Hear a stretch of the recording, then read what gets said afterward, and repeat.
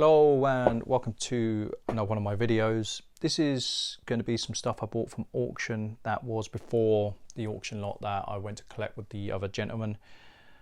I can't show it all. I won't have the time to show it all. I'll be here all day, but I will go through the gold bits and some other bits I thought that were quite interesting. I won a lot. I won a lot of gold sovereigns. I think there's 19 gold sovereigns, 6 halves. Some stuff's been sold. There's some international coinage.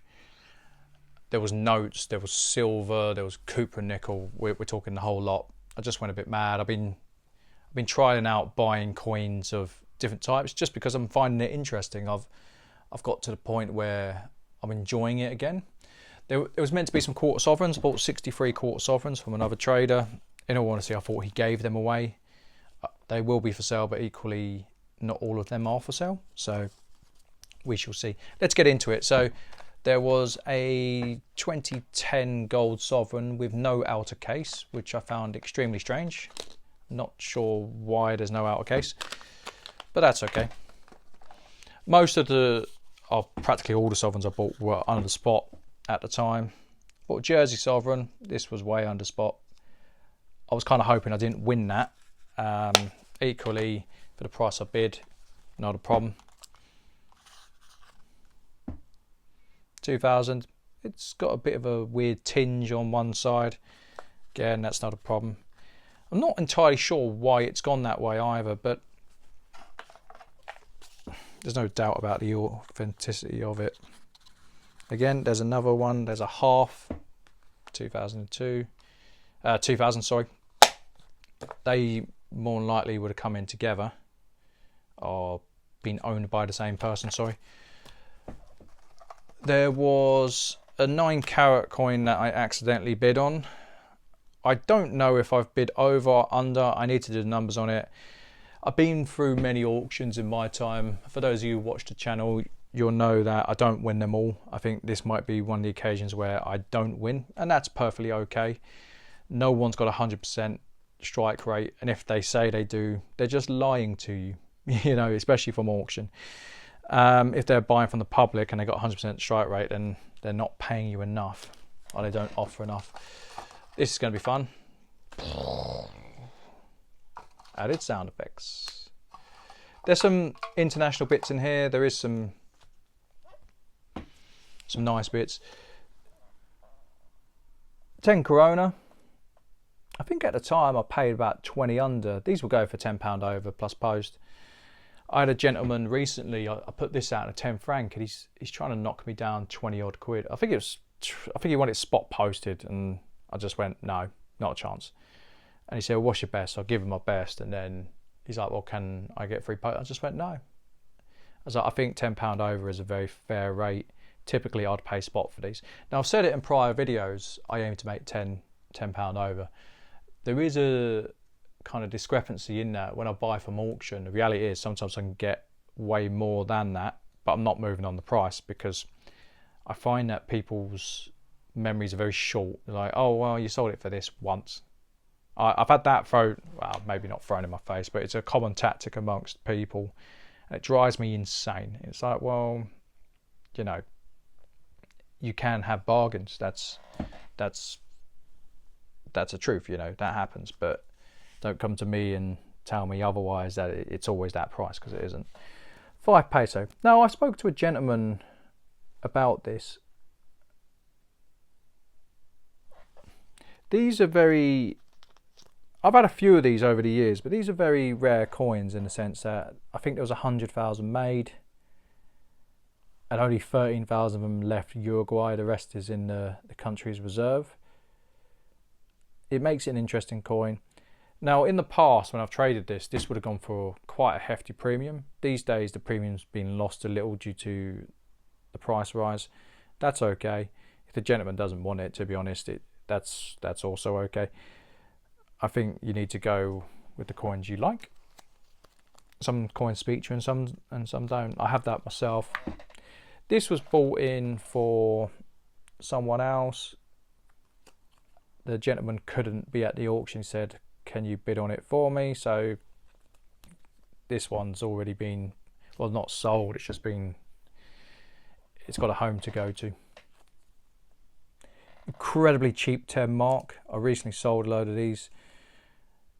The gentleman I sold to, he ended up taking a loss on them. I thought he should have held on to them, to be honest. I actually gave him a good price, or I feel I gave him a good price, put it that way. I felt I could have sold them for a lot more, but he did buy them as a job lot, and they were the rarer states, so it's a bit frustrating. I don't like it when people take losses on things I sell.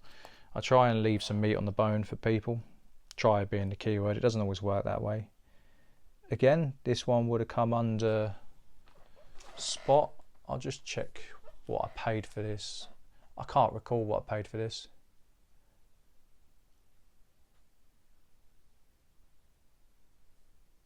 I did all right on this. I've just checked it. I've got 100 one of these off at grade, and now this is interesting. If my grader is watching this, I want your opinion on this. What is this? Does that make it an error coin? It looks like a die crack, but this coin's a mess. Let's be honest. I say mess, like that's me being a bit loose with the language there. For the age, you're going to get coins like this. It doesn't necessarily mean they're bad coins. There are certainly better coins. For those of you that don't watch my channel, you don't need to talk coins up or down, because the value typically finds itself anyway. Now, would that mark add value onto it to some collectors potentially? For me, I bought it in for a price. I will sell it for a price, you know, that doesn't indicate any potential error on the coin. That's fine.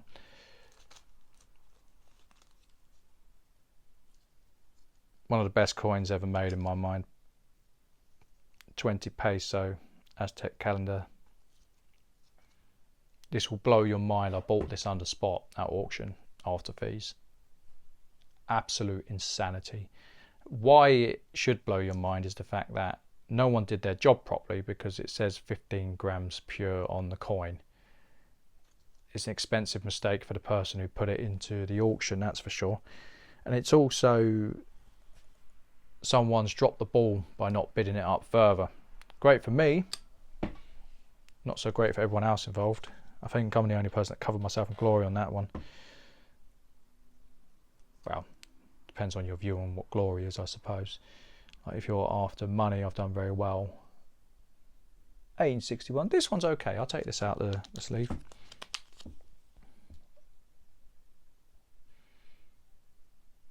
I didn't think this was the worst example. Okay, would I grade it? Probably not, no. 1861. I don't see the 1861s all that much. I don't know what the mintage is. I could have a quick look whilst you stare at the lovely coins. 1861. I didn't get the... Is that a London? Yeah, it is. So 1861 London. This is where it's like 15 million, isn't it? And it's going to be egg on my face. 1861. If I'm wrong, I'm wrong. That's fine. It's part of the business. 1861. Yeah, very common date. Okay. 7.5 million. Comes under C in the book, but I don't typically see the 61s. Usually I see the latter 60s and the early 70s, but it doesn't matter. And then there's just tons and tons of fulls. I think I bought 19 full sovereigns in the end. There is some halves, 2000. It's a bit nice. I literally tried to buy, I bid on 55 sovereigns, and I would have bought every single one of them had they come up. I didn't even have the money for it. I just would have begged, borrowed and stolen to get the money. I do have a big order coming up.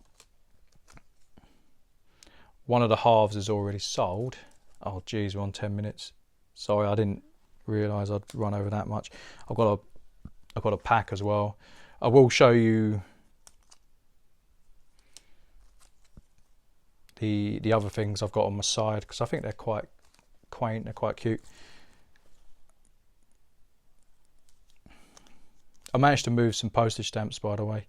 I was quite happy about that. That side of my business has slowed down a little bit, which is fine. I'm not worried about the stamps per se. It's not difficult to sell savings. It's just, I think less and less people are trading. No one's got any money, or less people have money. I really need to work on that. I am quite lazy with how I say things, and it puts me up. It puts things up for interpretation when they shouldn't be. That's a me problem though. The problem is when you're on YouTube, people can quote you and misquote you, and it's kind of problematic. I bought some more notes, believe it or not. These were what I bid on originally, before the other lot came in, the other auction came in. And I thought, you know what, I just want to do something a bit different, you know, just to keep me entertained. Maybe I'm trying to prove it to myself that I still got it. Maybe I don't. Maybe I do. I don't know these days. But there was quite a few nice ones in there. Oh, by the way, I checked those £5 notes. If they grade at 65, an auctioneer's just put one up for the reserve is 190 plus hammer. I might be in for a little windfall there. I'm not sure I'll sell them. I tried to, I didn't try. I actually put the other notes up at face, and a gentleman said, "Oh, can you take pictures? Can you do this? Can you break it up?" And I just thought, I'm trying to do something on a nice turn here. I know there's money in them. I was just going to take them down the bank. That might be worth something. It's not the worst note, is it? And in the end, I just sold them elsewhere. Not to be spiteful and vindictive. I just thought, I'm literally just trying to be nice, and it shouldn't be work. It should just be someone wants it for their collection. Fantastic. Just pay the face value. It just didn't work out that way. Some of these are really nice. Maybe I'll send some of these off to grading. That's nice. That's really nice, that note. Maybe I found a new arm for my business. Again, this is nice. It's got a mark above the Queen's head. I don't know what these £1 notes are worth. I don't really know much about the notes. But I find all aspects of money interesting. It's not just the gold side of it. You guys know me for the gold and silver, but I find coinage as a whole a very interesting topic. This is nice.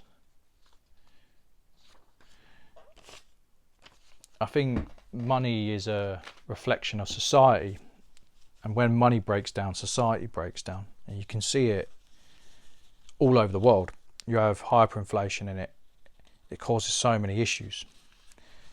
This is why I fundamentally believe that you should go back to a gold-backed currency. It won't happen. Can't see it happening. But I think it's the sensible approach. The reason it won't happen, because when you turn something into a derivative, you can live beyond your means. And when you live in a political system that is so short in terms, politicians are just going to sell you the dream because it's not their problem. They don't have to, they make their money and they leave. So having a currency that's backed in gold holds politicians to account. But you need to have a long, hard look at yourself as a bunch of people, and that's myself included. For every person who is fiscally responsible like myself, there's a lot of people who are not fiscally responsible. There's people always trying to cheat the system, and you can understand why having a gold-backed currency is not something that most people would want, because it means their standard of living would have to be lower in the short run. In the long run, you know, the standard of living would be better because you'd have to do things properly. I sent 2 of these off for grading. I'll probably just sell this. I think this is kind of a nice example. I don't know the value. Again, there's another 5. So when I got these in, I thought I'll dabble with the note market and I'll see if I can turn a few quid on it, you know. And if I can't, I'm quite happy with stuff like this. It's so low value in terms of what I'm paying to get it in. It doesn't really matter, you know. It's more shillings. I've just shown you some, so I won't. It doesn't really matter if I get it slightly wrong or I can't sell it, because I'd quite happily keep it for me. So these are Scottish notes. I'll tell you one last story before I do go, because I do have to pack things. Many years ago, my father lives on the borders. He's a Scotsman himself. But many years ago, he sent me some money down. And I remember taking some Scottish notes to a club. And the poor lady behind the till said to me, like, what change do I have to give you? And I said, well, what do you mean? She's like, I don't know what the exchange rate is. And me and the gentleman standing next to her looked at each other and just went, oh no. Bless her. Like, I get it in a way. So there was stuff like this. I don't know what this is worth. It's just kind of cool though. It might be a case I might just donate this type of stuff to charity. Maybe there's a young collector that would buy it. It's quite inexpensive. Sometimes you have to kind of give things away to kind of keep the hobby alive. You know, if I was given these as a small child, I'd be absolutely over the moon. Now, is there any monetary value in them? I don't personally think so. But it doesn't mean they're worthless. It doesn't mean they should be discarded or thrown away. I think that's wrong, because there's always someone who collects something like this. And this might be a budding collection for a young collector. Not a problem. £1. There's loads and loads of this. I don't know the value. Bank of Korea. That's colourful. I don't like all notes, by the way. I think some are very bland. Looks like a mercury dime.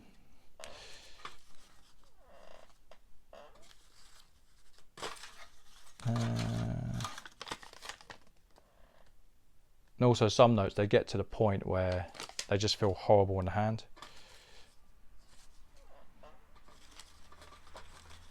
Yeah, if anyone's got a young collector and they want this little bundle here, drop me a line. Like, I don't mind, as long as they pay for postage. I cover the postage and I'll give them the bundle. It's not a problem. It's not something that I'll put in my personal collection, but I think it'd be nice to help someone out. Nederlander. So yeah, that's the lot. If anyone wants this bundle here, not the English stuff, but this stuff here, they've got a collector that they want to give it to, drop me a line. Like, as long as you, like I said, as long as you settle for the postage, I'm more than happy to just send this. If not, I'll just take it down to the charity shop. It's not a problem. Like, there's nothing wrong with someone else getting enjoyment out of them. I don't have to monetize everything. Anyway, I hope you've enjoyed the video. It's gone on way longer than I'd anticipated, and I'll see you on the next one. Bye.